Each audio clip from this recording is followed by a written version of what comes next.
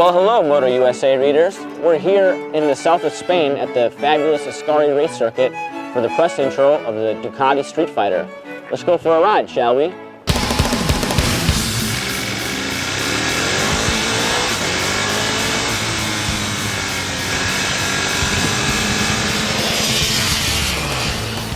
This bike has its own unique character.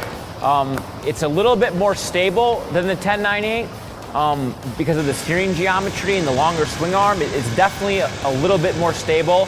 It doesn't turn quite as sharply as a 1098, but I mean, still around the racetrack, and the thing hustles. Like, it definitely moves, it definitely transitions from side to side very quickly. The engine, of course, the 1099cc L-twin engine, and the thing just rips.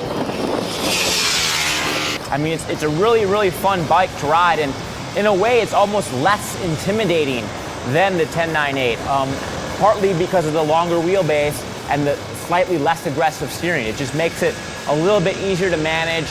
You don't scare yourself as much on this bike as you would on the 1098.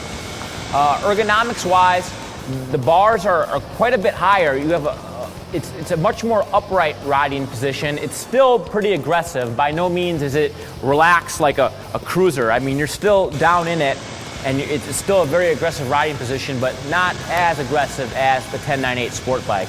The DTC unit, this was the first time I actually got to try a traction control unit that runs off wheel speed sensors. Honestly, I couldn't even feel it being engaged. Like, it's so seamless, the way it turns on and the way it controls the power output.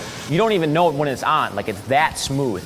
And like I said, I mean, I was doing everything I could to spin the tire, and I did not.